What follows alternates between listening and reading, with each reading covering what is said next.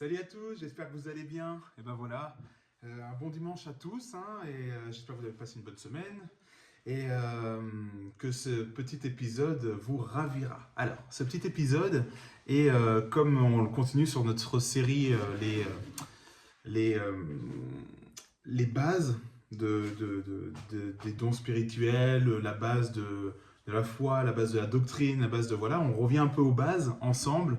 Et là, j'avais à cœur de vous parler du parler en langue. Le parler en langue, c'est encore un peu un mystère pour beaucoup. Euh, on parle de parler en langue en se disant oui, quand on est baptisé, de temps en temps on se met à parler en langue, de temps en temps on le loupe, ça parle pas, tant pis plus tard. Certains ont réussi la première fois quand ils ont été baptisés du Saint-Esprit dans un moment où ils avaient le feu et blablabla. Mais derrière, ben voilà, ça revient pas trop. Quand on comprend pas vraiment pourquoi quelque chose est utile, eh ben on a tendance à pas trop l'utiliser. Donc c'est normal voilà, que la prière en langue ne soit pas forcément un réflexe. Hein, voilà, qu'est-ce que c'est? Elle n'a pas à être là du tout, celle-là. Ciseaux, assistante, pardon. J'arrange ici. Elle est mieux comme ça. Non, parce que je capte la Wi-Fi assez mal ici. Et du coup, Bon. Et alors, la prière en langue. Déjà,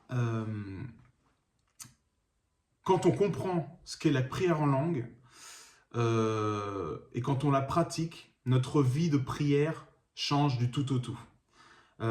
J'ai un ami dernièrement qui m'a dit, Raph, voilà, j'ai Dieu, il n'y a pas de souci, je suis avec lui, j'ai vécu des expériences fortes, tout ça.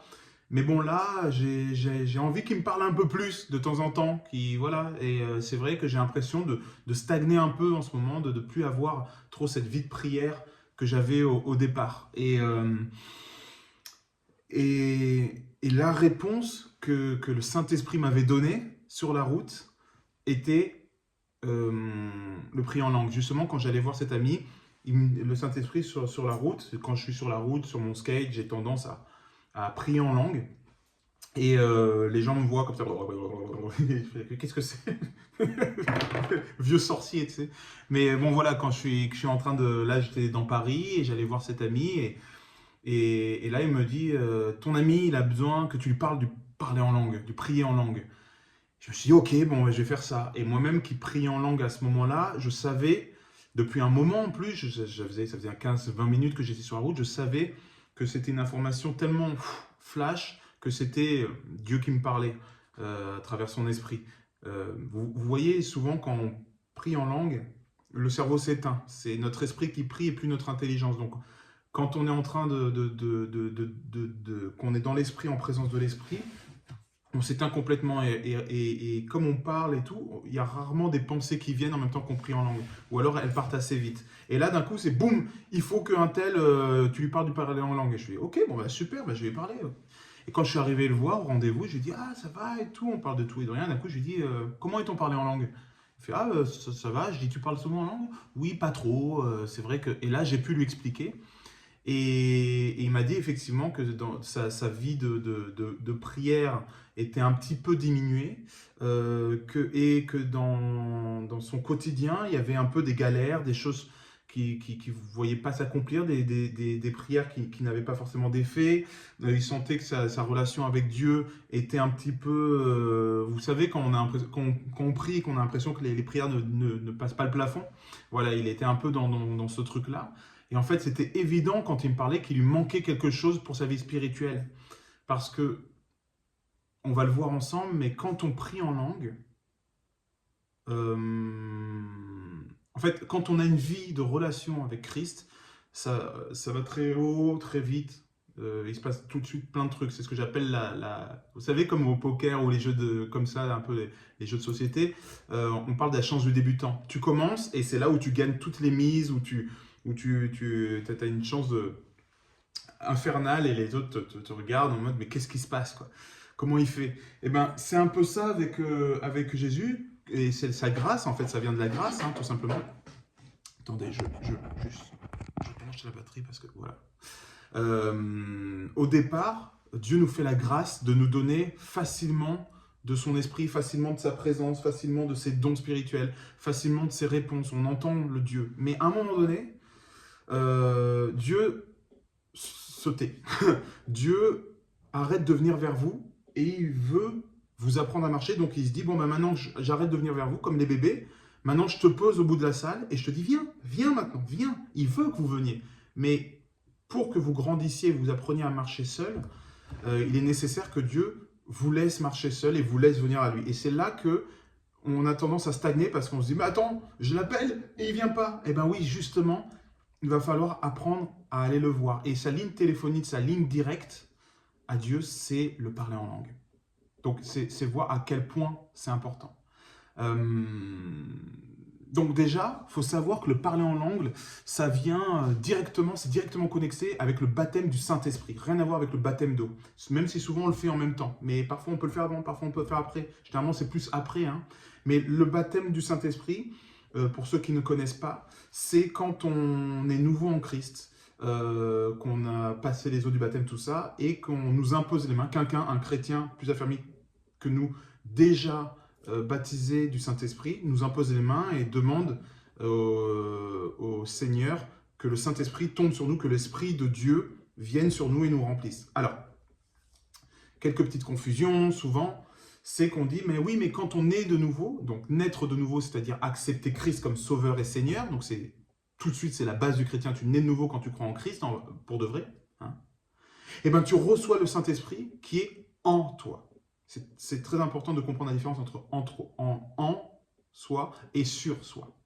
Quand on reçoit le Saint-Esprit en soi, ça veut dire que l'Esprit de Dieu et notre esprit ne font plus qu'un, sont mélangés, et nos pensées ne sont plus nos pensées humaines, mais sont un mélange de nos pensées de notre chair et de la pensée du Saint-Esprit qui se mélangent, d'accord?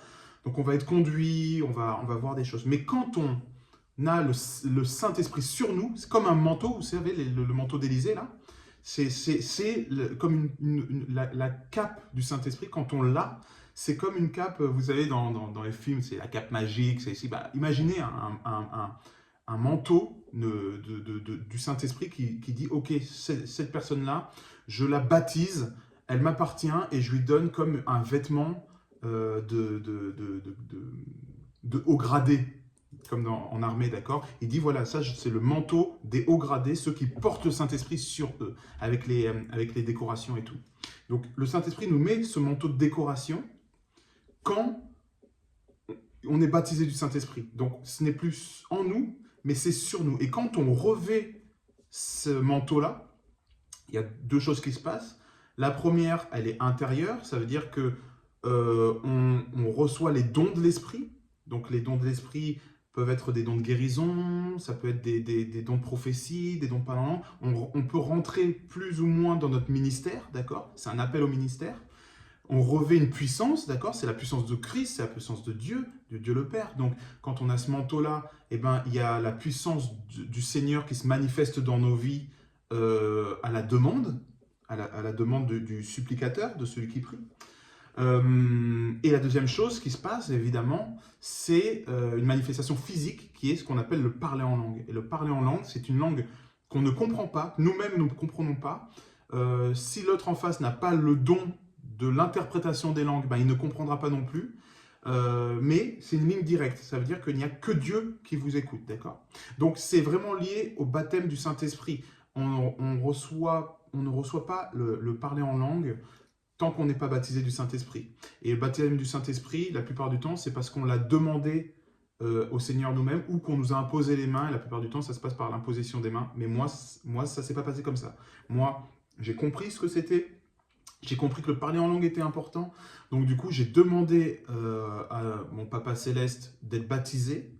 Parce qu'il dit, mauvais comme vous êtes, vous ne donnerez pas de cailloux à vos enfants. Je vous passerai le passage tout à l'heure, mais voilà. Mais combien de plus fortes raisons, moi qui suis Dieu et qui vous aime, si vous me demandez du Saint-Esprit, à quelle plus forte raison, moi je vous le donnerai. Voilà, vous êtes capable de donner des bonnes choses à vos enfants alors que vous êtes mauvais. Moi qui suis bon, qui suis merveilleux, évidemment que je vais vous donner ce dont vous avez le plus besoin, c'est-à-dire du Saint-Esprit en tant que chrétien. Parce que le Saint-Esprit est au chrétien ce que le souffle est au corps. Le Saint-Esprit nous permet d'avoir une relation, de grandir en Christ et de pouvoir de pouvoir avoir une vie spirituelle et de ne plus appartenir à la vie matérielle. Donc, il y a certaines questions qui me sont souvent posées par mail, etc. C'est qu'est-ce que la prière en langue ou le parler en langue? Je crois y avoir répondu, bien que prier en langue et parler en langue puissent être un petit peu différents. Par exemple, la prière en langue, c'est vraiment quand la prière en langue, très très efficace, c'est quand je prie avec ferveur. Il y a une situation, je ne sais pas comment demander à Dieu de régler cette situation, ou je sais, mais je sais que Dieu et le Saint-Esprit qui est en moi, c'est beaucoup mieux ce qu'il faut demander à Dieu, donc je vais y faire confiance et je vais me mettre à prier en langue. Donc là, c'est en relation avec la chambre secrète, on rentre dans notre chambre secrète, je vous en ai souvent parlé cet été, et là on prie, on se met vraiment dans une prière de ferveur, fervente, d'accord? On est concentré, on est focus sur notre sujet, on vise notre sujet et on se met en présence du Seigneur. Et ça amène une puissance bien supérieure à la prière parlée avec des mots, d'accord? Ça, c'est le prier en langue. Mais le parler en langue, c'est vraiment quand on est, par exemple, en skate. On n'a pas forcément de sujet de prière. On va juste parler. Et là, le Saint-Esprit, à sa propre initiative, va mettre des mystères dans votre bouche, donner des prophéties sur vous-même ou sur d'autres. Et vous allez parfois faire des prières d'intercession. Par exemple, prier pour quelqu'un, pour votre cousin, pour votre maman, pour quelqu'un que vous ne connaissez pas, qui est à l'autre bout des États-Unis, qui a besoin de prière. Mais c'est le Saint-Esprit qui vous utilise avec vos prières en langue pour dire des choses dans la langue de l'Esprit que seul l'Esprit connaît, que seul Dieu en comprend. Et il va utiliser ces prières pour partir. Oui, parce que Dieu nous a amenés à être partenaires, à être associés avec lui. Et il veut nous faire participer pleinement à son œuvre divine. Donc, il nous utilise, il nous permet de façon gracieuse et miraculeuse de participer à son œuvre afin que par nous, par nos œuvres, nous puissions établir le royaume de Dieu sur terre. C'est un cadeau, ça fait partie de la grâce. Dieu nous fait le cadeau de pouvoir participer pleinement à son œuvre sur terre. Donc, quand on prie pour quelqu'un, quand on va guérir les malades, chasser les esprits impurs, faire des prières pour des frères et sœurs, eh bien, Dieu attend parfois qu'on prie pour agir, parce qu'il se sert de nos prières pour agir. C'est sa façon de nous impliquer, d'accord? Et parfois, si on ne prie pas, il peut y avoir des conséquences. Il peut y avoir des conséquences. Quelqu'un peut mourir parce qu'on n'a pas prié pour cette personne. Dieu ne va pas la sauver ou envoyer quelqu'un d'autre. Dieu veut aussi nous responsabiliser face à ces choses-là. Il y a des conséquences. C'est pour ça que nous aurons des récompenses. Nous aurons un salaire. Mais c'est comme un ouvrier. S'il travaille mal, non seulement il se peut qu'il n'ait pas sa récompense, mais en plus de ça, il se peut qu'il soit tenu responsable de ses actes. C'est le jugement de ceux qui sont justifiés, donc le jugement qui fera qu'on t'enlèvera les récompenses. Si tu as mal agi, ou si tu n'as pas agi, tout simplement, ou si tu as refusé ton ministère et que tu en as fait qu'à ta tête, plutôt que d'écouter Dieu. Donc,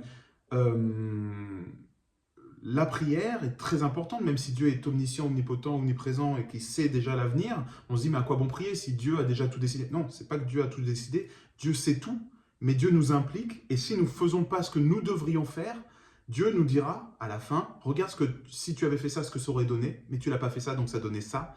Et du coup, pas de récompense pour ça. Voilà. Donc, le parler en langue, c'est vraiment une façon d'exprimer, de pouvoir laisser le Saint-Esprit utiliser notre esprit et notre machine à prière en mode automatique pour s'en servir et agir à sa guise sur des sujets qui nous dépassent potentiellement, et la plupart du temps sur des sujets qui nous concernent quand même. Et le prier en langue, c'est ok, j'ai la maladie de cette personne-là, à force de prière, je n'arrive pas à voir de guérison, c'est peut-être un problème de foi, c'est peut-être d'autres choses. Alors dans ce cas-là, je vais me mettre à prier en langue et le Saint-Esprit va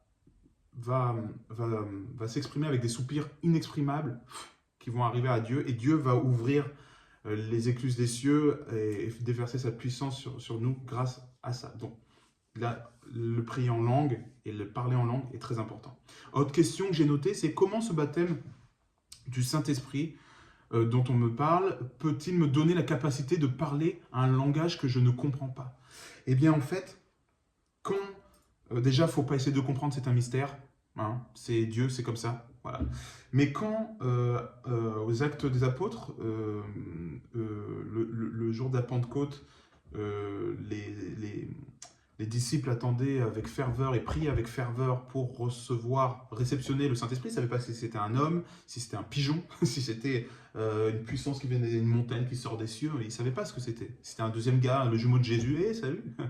Ils ne savaient pas. Et d'un coup, c'était comme des langues de feu qui sont tombées sur eux. Ils se sont mis à parler, à prier. Et en fait, Dieu a envoyé un signe aux gens afin que quand ces gens se mettaient à prier des langues inexprimables de plein de manières différentes, parce qu'il y a plein de styles de parler en langue, plein de sons très différents, hein, eh bien les gens avaient l'information, les disciples avaient l'information que les gens étaient baptisés du Saint-Esprit.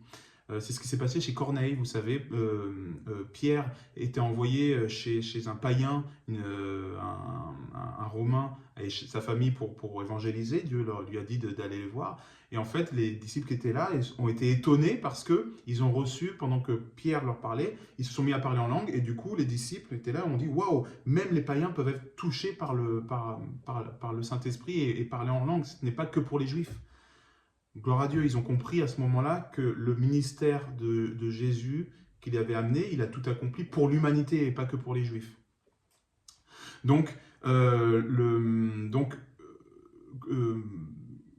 ce baptême du Saint-Esprit, effectivement, pour répondre à ta question, c'est la capacité de parler une nouvelle langue. C'est un signe que Dieu a donné et qui est dans le surnaturel, qui fait partie de l'esprit, comme un langage céleste, qui a été donné aux humains et qui fait que quand on le parle, déjà c'est reconnaissable. Moi je sais entendre si quelqu'un parle en langue ou parle un dialecte même très rare et inconnu. Hein.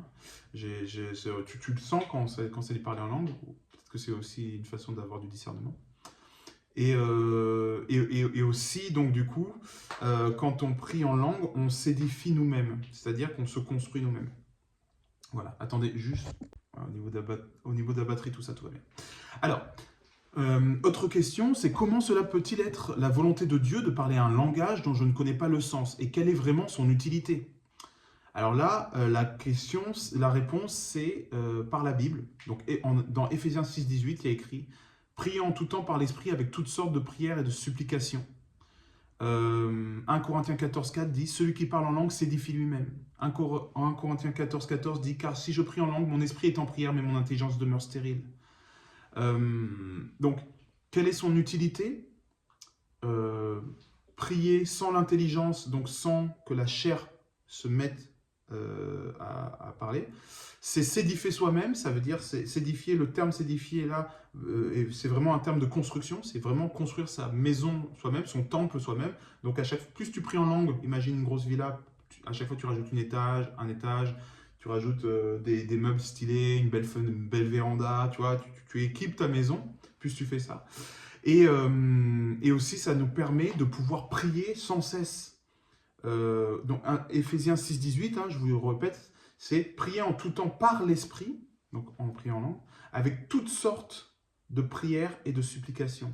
Parce qu'en priant comme ça, avec des mots, on a tendance à être limité par notre inspiration, notre imagination. Une fois qu'on a prié, au bout d'un quart d'heure, on ne sait plus quoi dire. Merci Seigneur parce que, tu vois, et après on commence à demander des trucs, tu vois, de la liste des cadeaux. Mais quand on est en priant en langue, on laisse aller et là, on n'est jamais à court d'inspiration.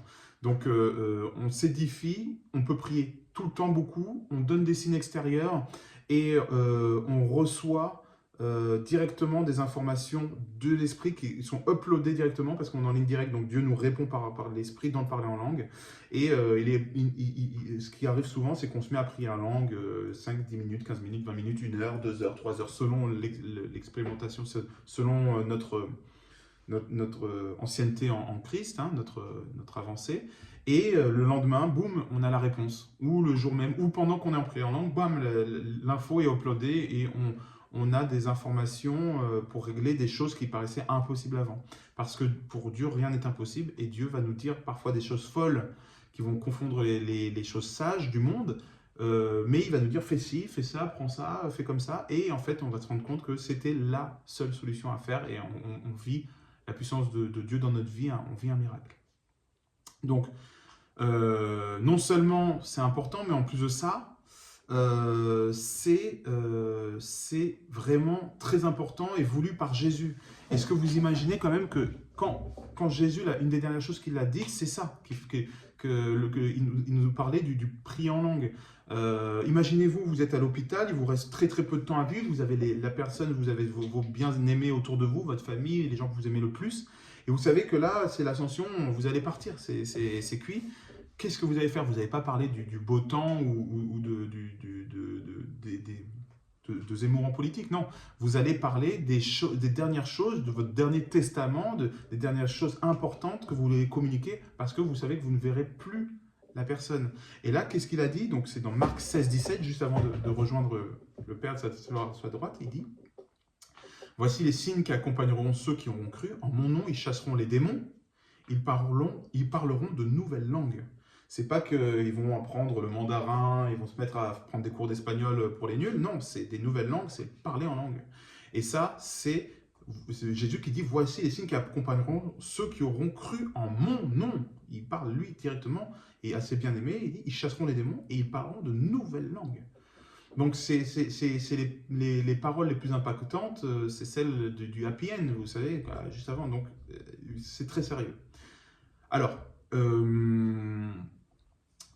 on voit dans Acte 2, je vous en parlais tout à l'heure, ils furent tous remplis, donc Acte 2, 4, ils furent tous remplis d'Esprit Saint et se mirent à parler en d'autres langues, selon ce que l'Esprit leur donnait de s'exprimer. Donc, c'est l'Esprit qui décide quand on parle en langue, quand je comprends bien, hein, c'est l'Esprit qui décide quand on parle en langue de ce qu'il va dire à Dieu. Nous, on ne décide rien.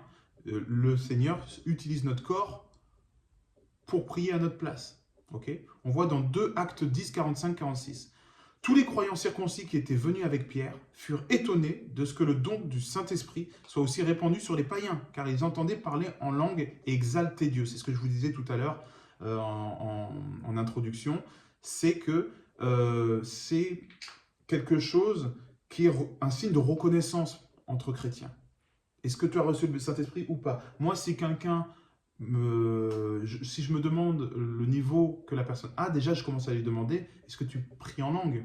Si la personne me dit non, je ne prie pas en langue, ben je sais je peux déjà définir un niveau de là où elle en est avec Dieu. Et si la personne prie en langue, boum, je sais dans quelle classe elle est. C'est comme au collège, je sais que tu es plus vers la 3e que la 6e, tu vois. Et si j'entends quelqu'un parler en langue, par exemple dans les églises ça parle en langue, je sais que potentiellement cette église est plus réveillée qu'une église où on ne parle pas en langue, parce qu'ils louperont des dons du Saint-Esprit, et ça veut dire que le Saint-Esprit ne pourra pas parler dans leur église, donc ils vont louper beaucoup d'infos, d'accord?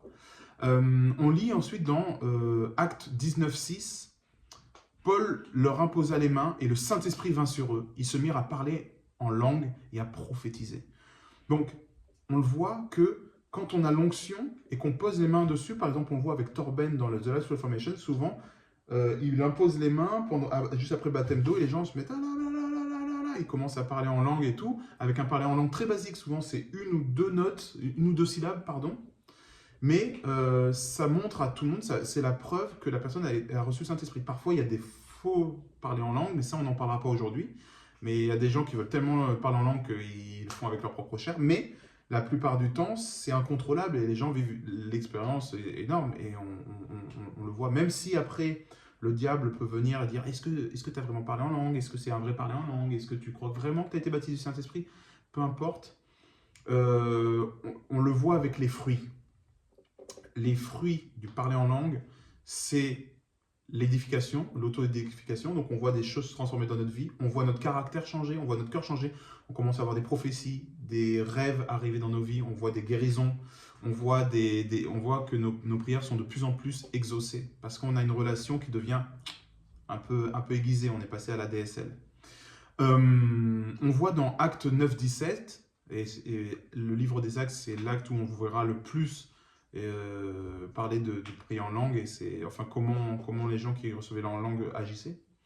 On dit « Ananias partit, et lorsqu'il fut arrivé dans la maison, il imposa les mains à Saül, et dit « Saül, mon frère, le Seigneur Jésus qui t'est apparu sur le chemin par lequel tu venais, m'a envoyé pour que tu recouvres la vue et que tu sois rempli du Saint-Esprit. » Dans la Bible, il n'est jamais montré, on sait que Paul disait je parle plus en langue que vous », donc on sait qu'il parlait beaucoup en langue, mais on n'a pas vu le moment où il commençait à parler en langue, si ce n'est ce moment où on voit qu'Ananias a baptisé Paul du Saint-Esprit, donc il a été rempli du Saint-Esprit, et après on voit plusieurs années après qu'il parle du parler en langue, parce que ce jour-là, il a pu recevoir le Saint-Esprit, et est-ce qu'il a parlé le jour même en langue, sur le coup quand il a touché, ou après, on ne sait pas. Ça ne nous a pas été donné comme info, mais on sait qu'il a été rempli du Saint-Esprit, et c'est les prémices de son ministère.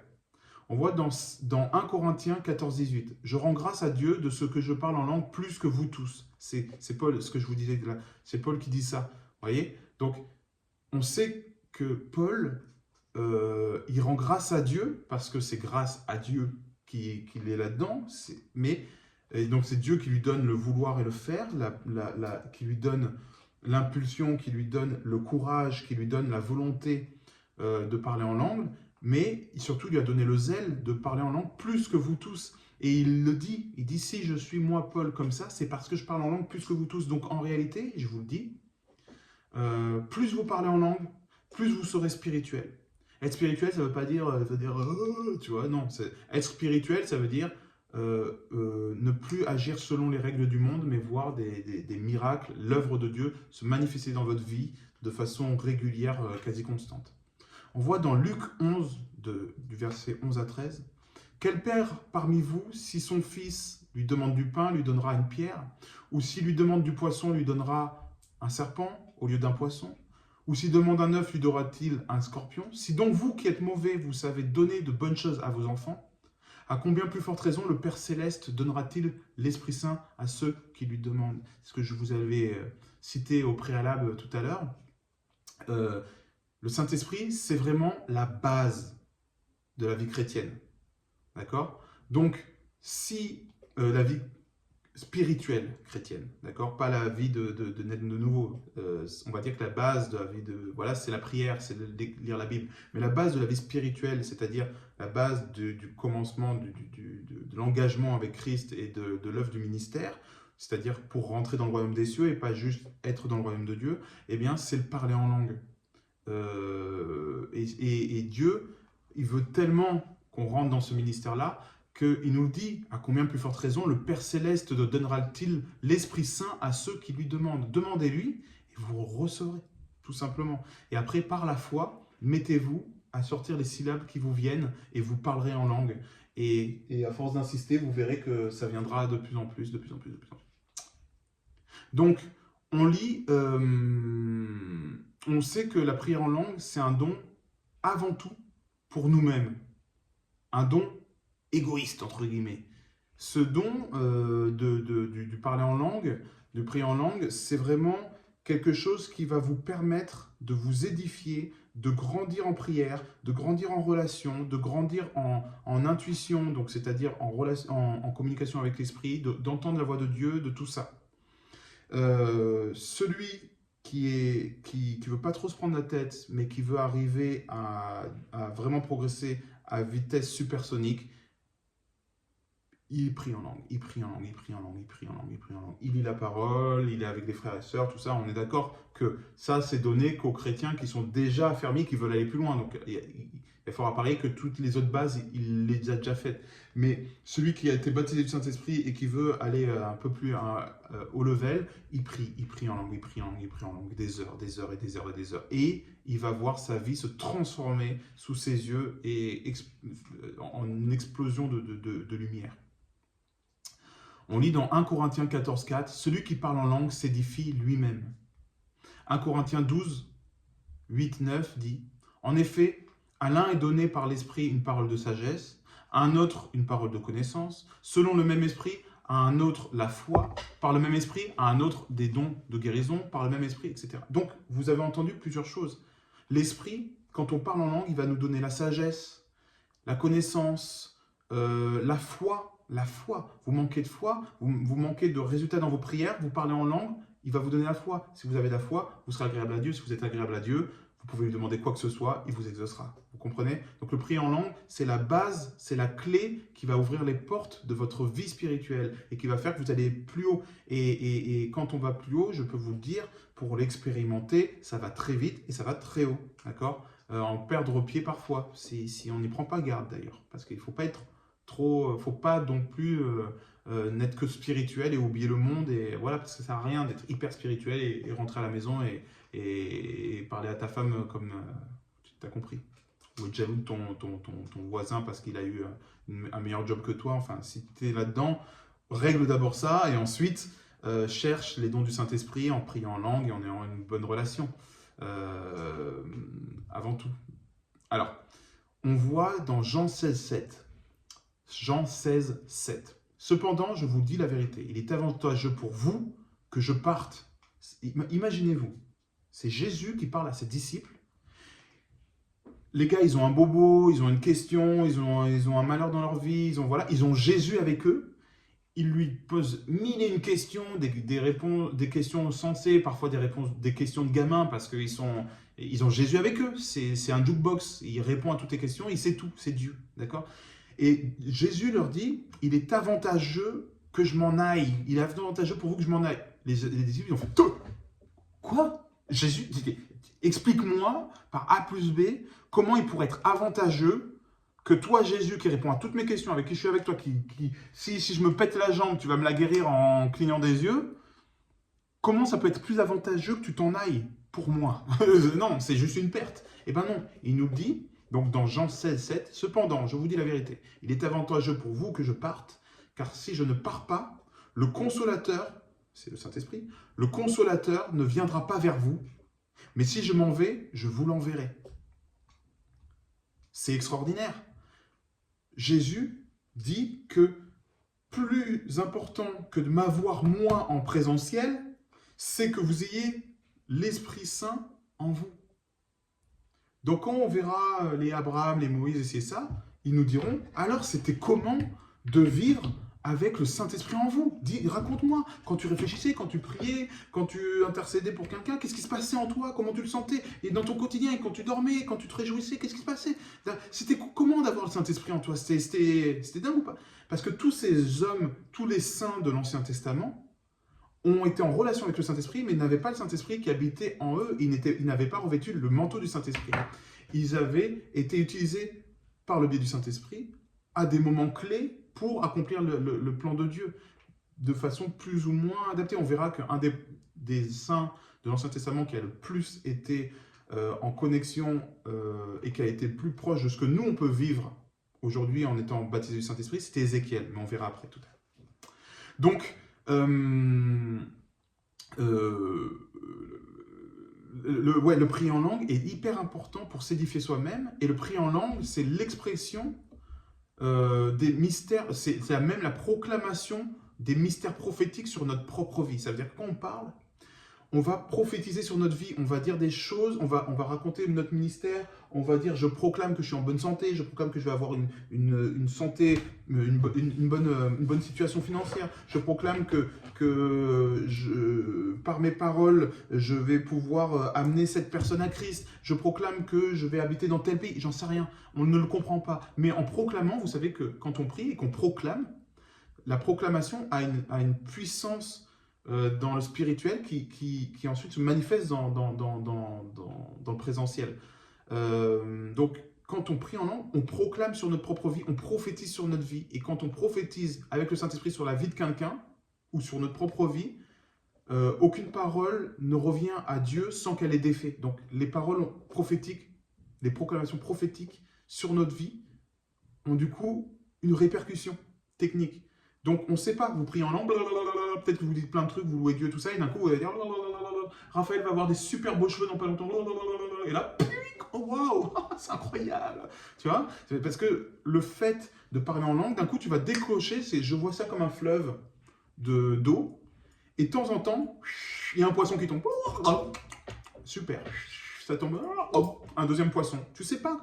L'ours, il est là, il attend, et là, paf, il y a un poisson, tu vois. Il y a des petits cadeaux dans ce fleuve d'eau vive qui est la prière en langue, qui vont vous être donnés, et le Saint-Esprit va proclamer des choses, ça va être des grâces, des cadeaux, des choses qui vont donc s'accomplir dans votre vie grâce à cette relation de dialogue avec le Saint-Esprit.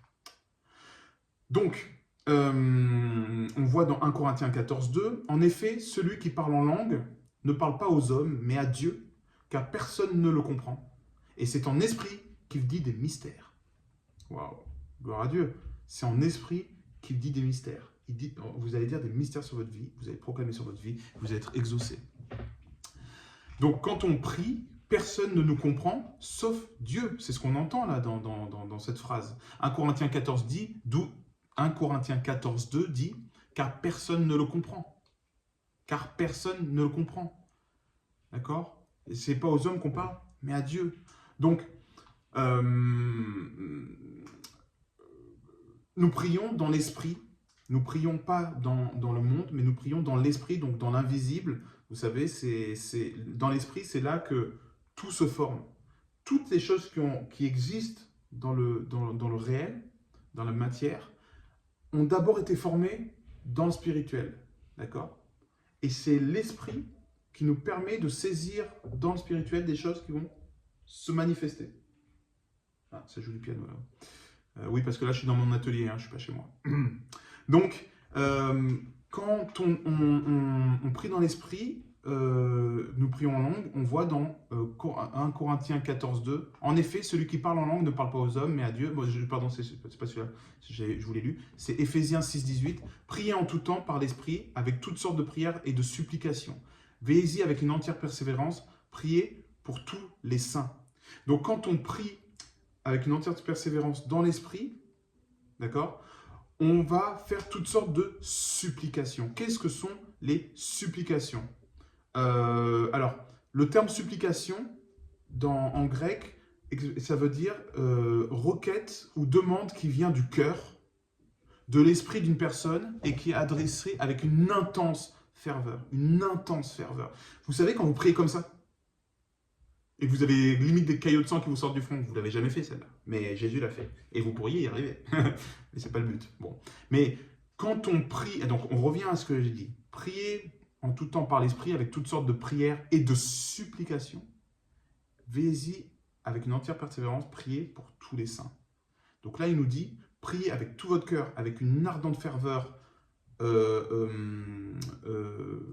pour tous les saints, donc tous les gens de l'Église, d'accord, les autres, pas pour vous, et faites-le avec une entière persévérance. Mais il nous dit, priez en tout temps par l'esprit.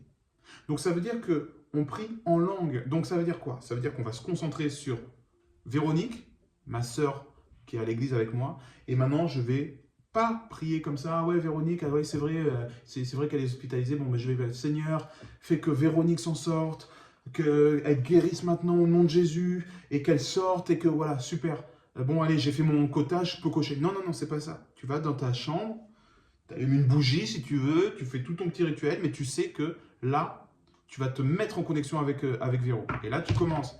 Et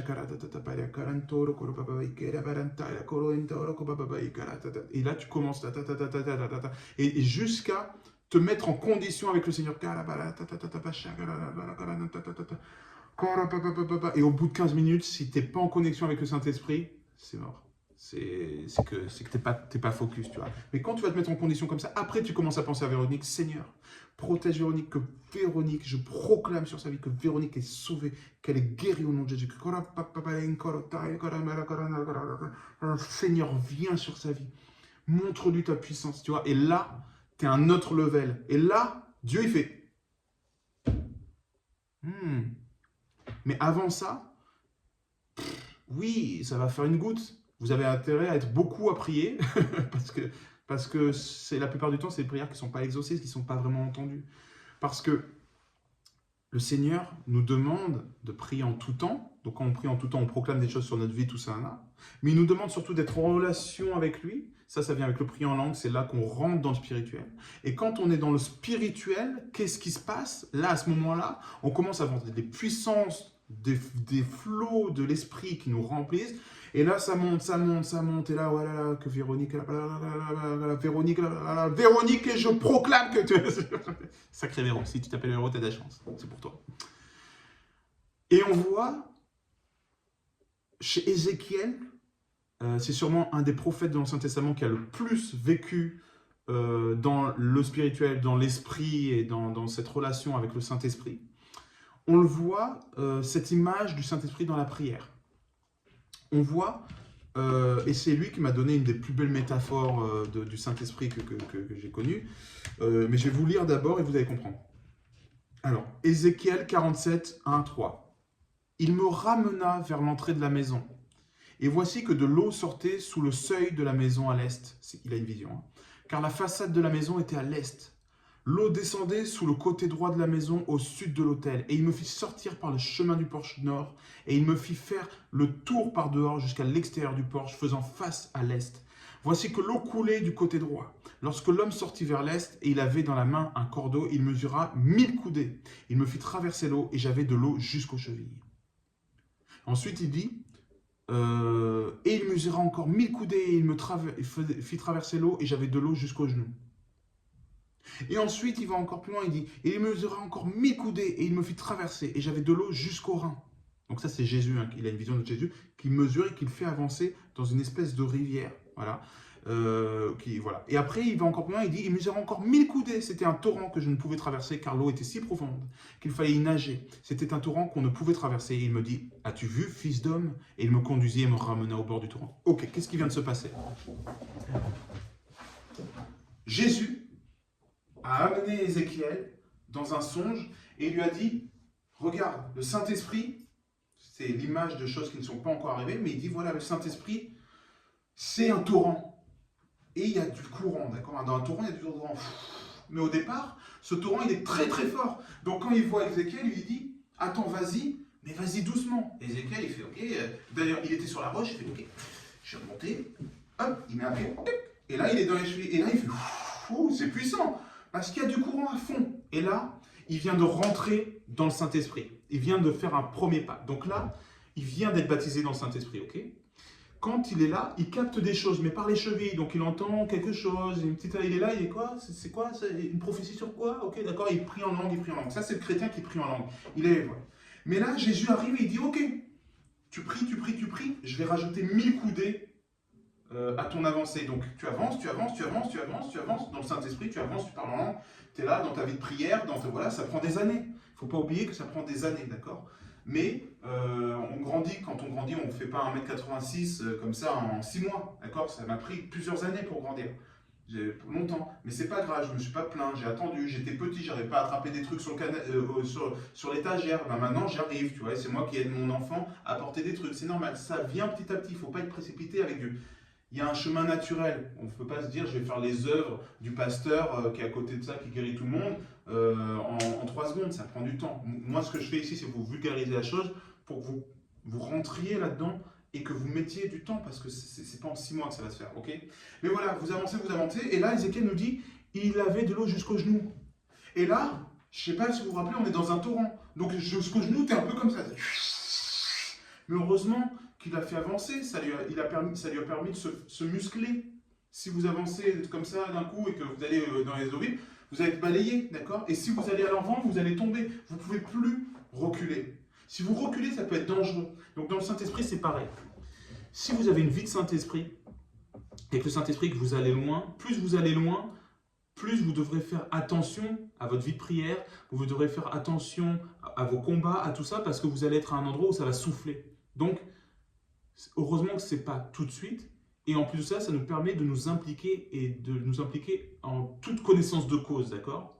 Parce que si on recule, on chute, d'accord? Mais voilà, là on est suffisamment solide, on est là et ça pousse, on est dans la rivière, tu rides un peu comme lui là, tu vois? Ça forte. Et t'es là et tout, et là tu dis ok, ça s'ouvre, mais j'y vais encore, je veux me rapprocher.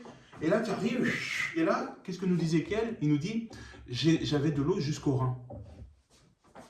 Les reins, tu vois, c'est là les reins. Bon, je suis africain, j'ai les fesses un peu hautes, donc c'est par là les reins. Et tu vois, et il avance comme ça, et là, si t'es pas musclé, là, je peux te dire que ça swing, tu vois. Et là, quand tu es dans cette vie de prière, qu'est-ce qui se passe? Tu as des guérisons miraculeuses, tu peux voir des résurrections, tu peux voir des montagnes se déplacer de gauche à droite. Je me réfère à la parole, mais tu vois une vie de miracle.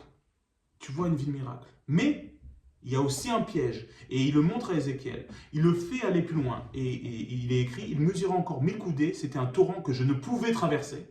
Il ne peut pas. Il ne peut pas. Car l'eau était si profonde qu'il fallait y nager. Et s'il nage dans une eau profonde avec du torrent comme ça, là, il se noie. Donc, qu'est-ce qui s'est passé? C'était un torrent qu'on ne pouvait traverser. Il me dit, as-tu vu, fils de l'homme? As-tu vu? C'est papa qui parle. T'as vu là? Ok. Et il me conduisit et me ramena au bord du lac. Oh, voilà. T'as compris? Il est revenu. Bon, il a fait 3 saltos et il a remis comme ça parce qu'il a dit bon, si tu continues, par contre, t'es mort. Ça nous montre aussi encore une fois ce que je vous disais, c'est que si on va un chouille trop loin dans le monde spirituel, tout ça, là, ça peut être aussi chaud. Donc il faut savoir être sage et il faut savoir dire ok, ça ce sont mes limites, je vais pas aller plus loin, je vais juste avoir cette relation tout ça, mais je vais pas chercher plus.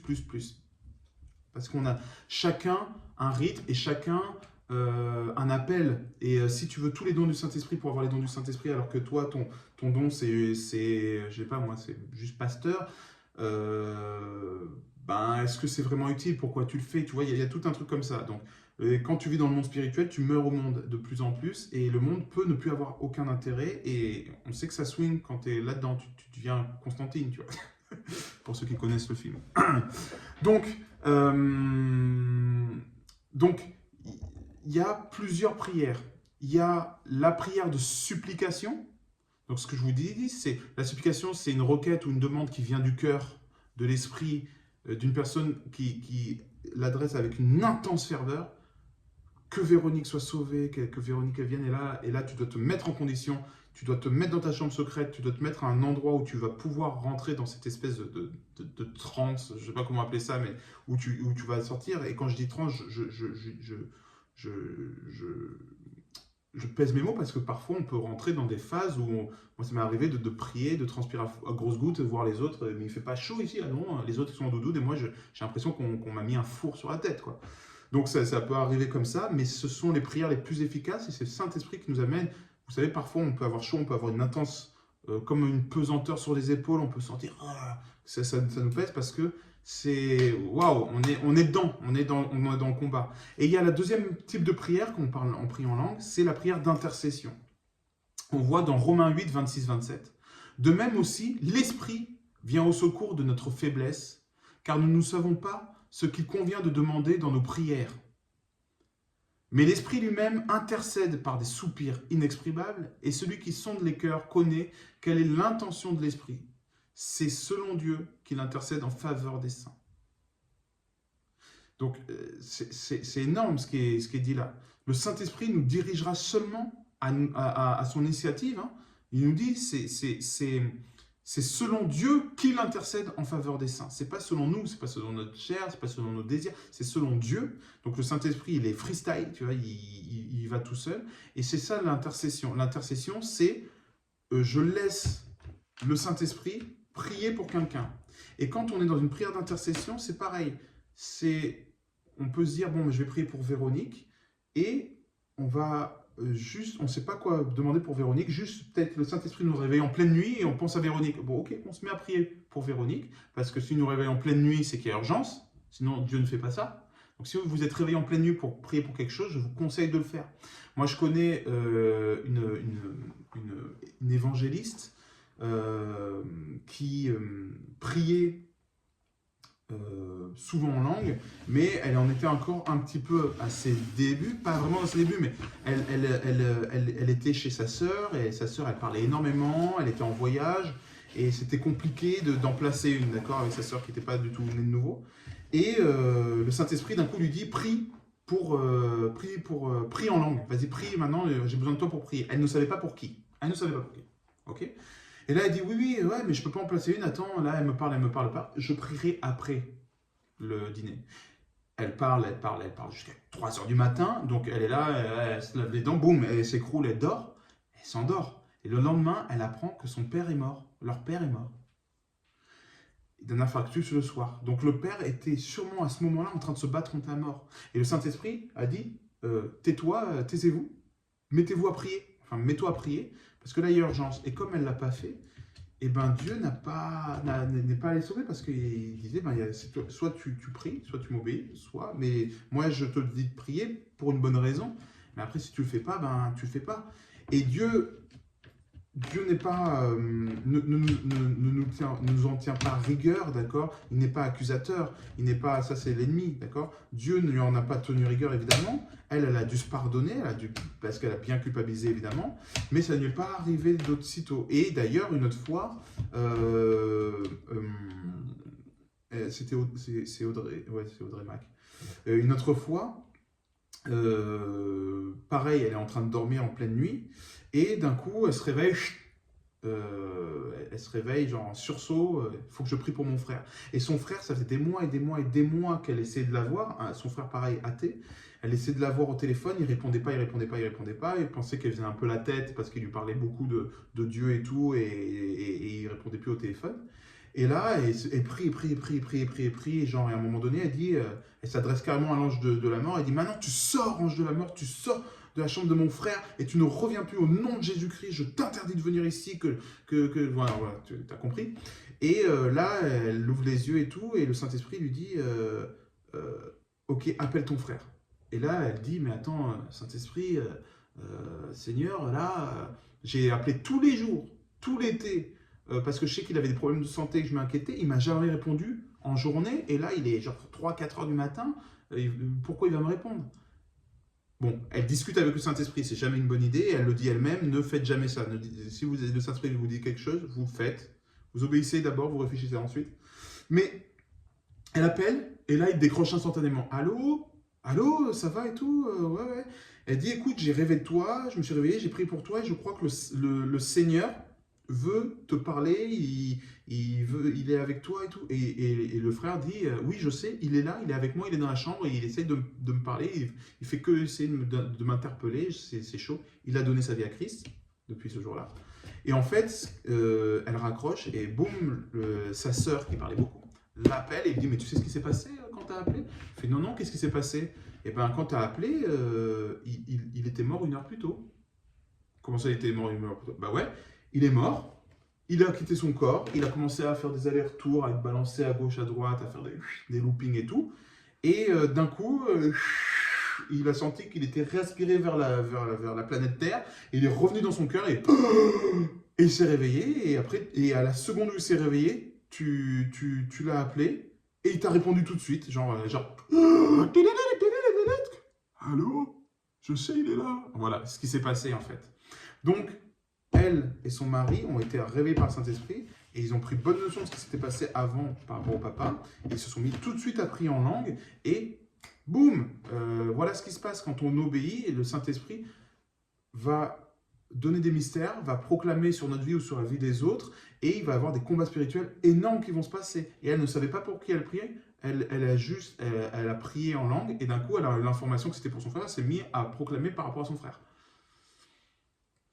Donc, voilà ce qu'est le parler en langue. Et on voit donc la prière d'intercession. L'intercession, qu'est-ce que c'est exactement l'intercession? La supplication, on a vu, c'est prier avec une intense ferveur. L'intercession, il n'y a que 2 types de prières dans le prière en langue, c'est la supplication et l'intercession. L'intercession, c'est éviter ou retarder ou amoindrir le jugement sur quelqu'un qui est coupable et qui mérite ce jugement. Pardonne-leur, car ils ne savent pas ce qu'ils font. C'est ça l'intercession. Donc l'intercession, c'est soit pour un frère chrétien ou une sœur chrétienne qui a une faute qui lui incombe et qui est grave, et bien à ce moment-là, on peut prier pour elle, et peut-être qu'en priant en langue, le Saint-Esprit se sert de notre prière en langue pour intercéder pour elle, et pour, je répète, éviter ou retarder ou amoindrir le jugement de Dieu sur la personne qui est coupable et qui mérite son jugement. Dieu nous permet de faire des prières d'intercession pour freiner son propre jugement qu'elle mérite et qui va tomber sur elle. Parce que, et si c'est quelqu'un qui est athée, qui n'a pas Dieu, à combien plus forte raison? Parce qu'on sait que quand quelqu'un n'est pas en Christ, la colère de Dieu demeure sur lui. On voit dans Jean 3, 36, « Celui qui ne croit pas au Fils ne verra point la vie, mais la colère de Dieu demeure sur lui. » Ok? Celui qui ne croit pas au Fils ne verra point la vie, mais la colère de Dieu demeure sur lui. Donc là, nous pouvons intercéder pour lui en disant « Seigneur, pardonne-le parce qu'il ne sait pas ce qu'il fait. Seigneur, montre-lui ta voie, parle-lui. Ne le laisse pas succomber à ton jugement, à tes lois spirituelles, à tout ça. Alors que peut-être qu'avec ce qu'elle fait, la personne devrait être possédée. Mais comme vous intercédez, la personne ne va pas être possédée, ou très peu, ou ça va être retardé, ou voilà. Et Dieu va intervenir alors qu'elle mérite ce jugement, juste parce qu'on a demandé. Et ça, on reste dans le prier en langue, d'accord? On voit dans 2 Éphésiens 5, 6. Car c'est à cause de ces choses que la colère de Dieu vient sur les fils de la rébellion. Si la personne est rebelle, ça vient sur elle. Donc, quand on prie en langue et qu'on intercède pour quelqu'un, on prie en langue, blablabla, et d'un coup, peut-être que sans qu'on va s'en rendre compte, on va intercéder pour la personne, ou parfois d'un coup, on va se dire « Ah mince, je pense à Véro. Eh bien, Seigneur, que je proclame que Véro retrouvera la santé. Et je proclame que José va trouver Jésus. Et Seigneur, pardonne à Théo parce qu'il ne sait pas ce qu'il fait. Pardonne-le parce que... Et voilà. Et là, vous allez intercéder. Parfois, il n'y aura pas de mots physiques compréhensibles parce que ça, c'est Dieu qui vous fait la grâce de comprendre d'un coup ce que vous êtes en train de faire. Mais parfois, ce sera juste du parler en langue. Mais... dans l'intercession, vous allez pouvoir éviter à quelqu'un le jugement de Dieu inévitable qui pèse sur lui, ou le retarder, ou l'amoindrir. D'accord? Et dernière des choses, de Saint-Esprit, le Saint-Esprit nous permet, comme je vous disais, de rentrer pleinement dans notre ministère. Et notre ministère avec le Saint-Esprit, c'est... les dons spirituels, chercher les dons spirituels. On sait qu'il y a les 9 fruits de l'esprit. Dans 1 Corinthiens 14, 1, il est dit « Recherchez l'amour. Aspirez aussi aux dons spirituels. » Alors le gars nous dit « J'ai un conseil. Ok, moi c'est Paul, je suis Paul, d'accord?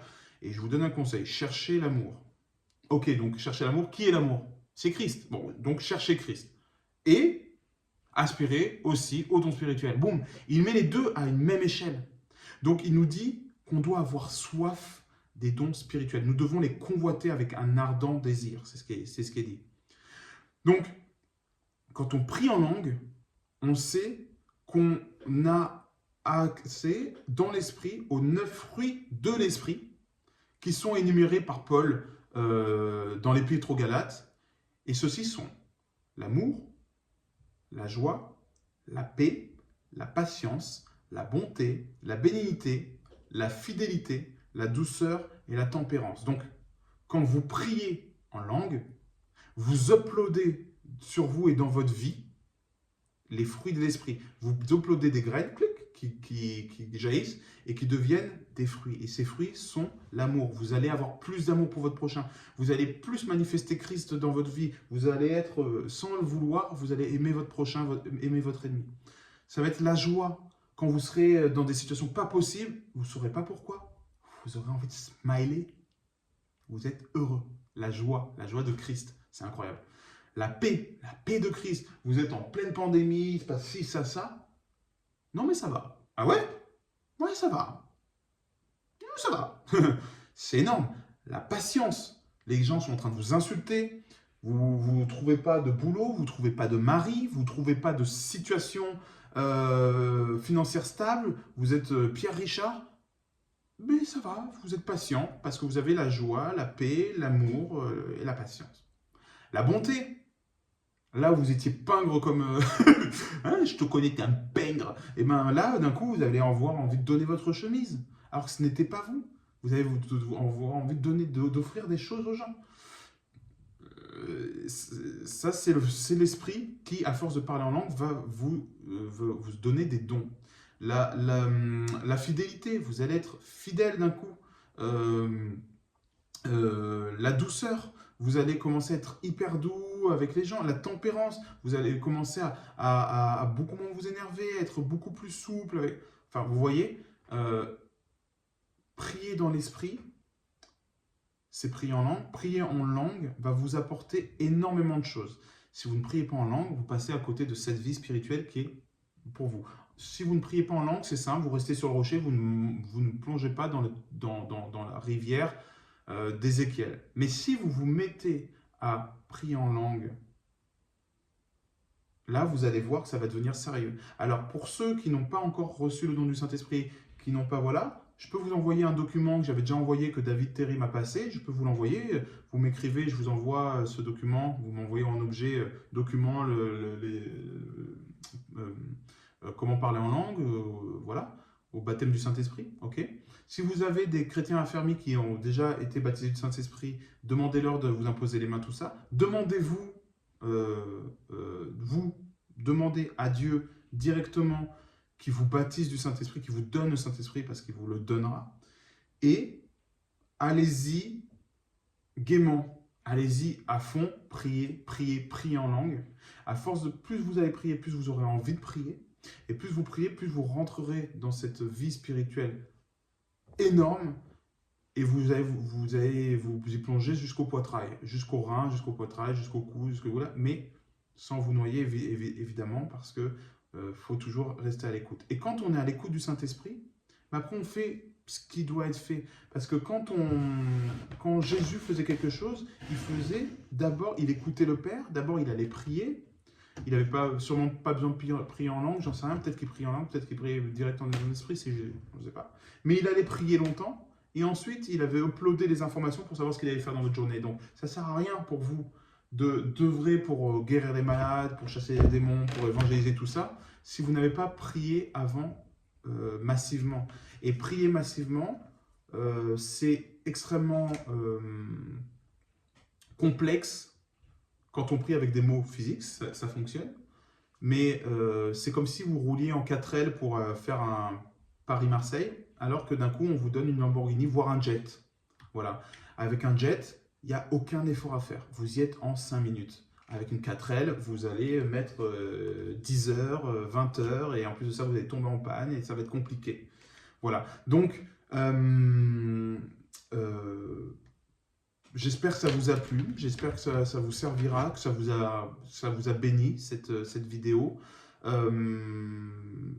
C'est vraiment quelque chose de très important, encore une fois, mais j'espère que vous l'aurez compris là. Vous aurez compris que Jésus veut que vous parliez de nouvelles langues en son nom, d'accord, et quand vous allez faire ça, vous allez tout simplement aller tellement loin dans votre vie spirituelle que vous allez regarder en arrière, 6 mois en arrière, vous allez dire ma vie n'avait aucun sens, je n'avais rien compris aux évangiles. Moi, c'est ce qui m'arrive. À partir du moment où je me suis mis vraiment à prier en langue, je regarde derrière, je dis mais j'étais un gamin il y a 6 mois. Voilà. C'est ce qui arrive quand on est là-dedans. Et tous les 6 mois, vous allez avoir une progression telle qu'à chaque fois que vous allez regarder derrière, vous allez dire, mais en fait, j'avais juste rien compris. Vous allez mieux comprendre les Écritures, vous allez avoir plus de foi, vous allez voir plus de résultats dans vos prières, vous allez entendre mieux la voix de Dieu, il va vous conduire, vous allez voir des miracles s'accomplir, il va vous mettre dans des situations pas possibles et vous allez avoir en plus un caractère magnifique parce qu'il va uploader les 9 fruits de l'esprit. C'est tout ce que je vous souhaite, vraiment. C'est ce que je vis et je peux vous dire que même si je suis encore jeune en Christ, ça déménage. C'est un truc de fou. Quand vous rentrez dans le monde spirituel, les pieds joints comme ça, je peux vous promettre que vous n'avez rien à envier à X-Men. Voilà, c'est parce que moi j'ai toujours été très Marvel quand j'étais petit et je rêvais d'avoir des super pouvoirs, d'être nanana, voilà. Mais là, on est en connexion directe avec Dieu H24 et il se passe des trucs de dingue dans votre vie. Et quand vous parlez de votre semaine, c'est plus qu'est-ce que tu as fait? Moi, j'ai mangé une paella mardi et vendredi, on allait au parc. Non, non, non. Là, c'est lundi, il s'est passé ça. Mercredi, il s'est passé ça. Jeudi, j'étais à tel endroit. D'un coup, il m'a appelé. Je suis reparti là et il s'est passé ça. Et lui, il est venu, il s'est converti. On est allé, je l'ai baptisé. Puis là, j'ai guéri. Lui, il est mort devant moi. Voilà ce qui va se passer dans votre vie. Donc, si vous avez envie de ce genre de vie-là, je viens de vous donner la clé. La porte pour aller vers Dieu, elle a une clé. Et cette clé, c'est la vie de prière. Et la vie de prière, cette clé, la clé la plus efficace, la moins rouillée, celle qui ouvre le plus vite, etc., la plus passe-partout, c'est la prière en langue qui va vous faire aller de 0 à 100 en un quart de seconde. Dieu en sera témoin. La marque de vêtements, vous l'attendez beaucoup, vous m'en écrivez beaucoup. J'ai encore du retard. Je suis en train de déménager. Donc je fais des allers-retours sur Paris, etc. J'ai des murs à faire en tant que street artiste, comme vous savez. J'ai des murs à faire. On a plein de choses à gérer en famille. Donc là, cette semaine, je n'ai pas pu faire grand-chose vraiment. Ça me prend énormément de temps. Je sais que ça va se calmer un petit peu, mais voilà, je suis encore dans ma rentrée. Donc je m'excuse de ça. J'ai pas pu avancer comme je voulais. Voilà, donc ça va falloir être encore un petit peu patient, mais je continue à créer, du coup, à créer, et bientôt tout sera en ligne. Voilà, merci pour votre aide, pour vos dons. Sachez que ça m'aide aussi à cette production-là, parce que tout ça coûte cher, tout ça coûte très cher, mais tout ça va bénir énormément. De toute façon, j'ai trouvé une solution avec un partenaire qui va faire que quand les gens commanderont le t-shirt ou le pull ou la veste ou le short ou la casquette ou le mug ou la tote bag, bref, quand ils vont le commander, ce sera produit sur place. Donc moi, j'aurai pas à payer du stock et à faire stocker. Donc c'est déjà des frais en moins, ça c'est génial. Mais bon, il y a la location du site internet, il y a les frais d'envoi, les frais de création, les frais d'entreprise, etc. etc. Toutes ces choses-là qui coûtent un peu d'argent. Donc, merci pour vos dons. Et si vous avez à cœur d'aider encore un petit peu le ministère, même le prix d'un café, c'est très bien. Le prix d'un café, c'est très bien. Vous êtes plus de 5000. Donc, imaginez si tout le monde se mettait à faire ça. Bon, ça n'arrive pas. Mais bon, voilà. Donc, même 1 ou 2 euros, vous imaginez que vous faites vraiment votre part en faisant ça. Si vous n'avez pas, ne dépensez rien du tout. Si vous avez beaucoup, ben, donnez un petit peu et un petit peu à la ODRC, un petit peu à tous les autres ministères qui le méritent, d'accord? Il y a évidemment pas que moi. Mais sachez que c'est bien investi, que ça sert bien et que voilà. Et en tout cas, merci pour vos bénédictions, merci pour votre présence, merci pour vos messages. Mercredi soir, c'est toujours aussi incroyable ce qui est en train de se passer. Voilà, dès que j'aurai le temps, je vous mettrai ça sur YouTube.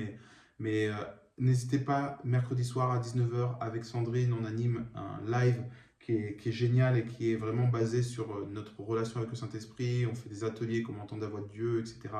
Donc allez-y nombreux, vous pourrez poser vos questions en live parce que c'est en audio, mais vous pouvez aussi parler et intervenir dans le live, donc vous allez voir, c'est génial.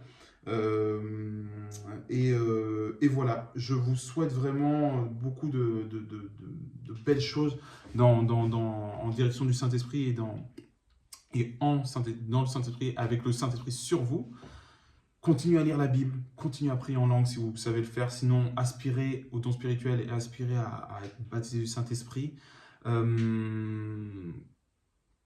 Allez-y, allez-y, parce que là dehors, les âmes, voilà. Moi, je peux vous dire qu'aussi pendant la semaine, ça c'est, je vous le dis pour vous encourager, pas pour me vanter, mais toute la semaine, en fait, je suis aussi avec des frères, des sœurs et des athées pour leur parler.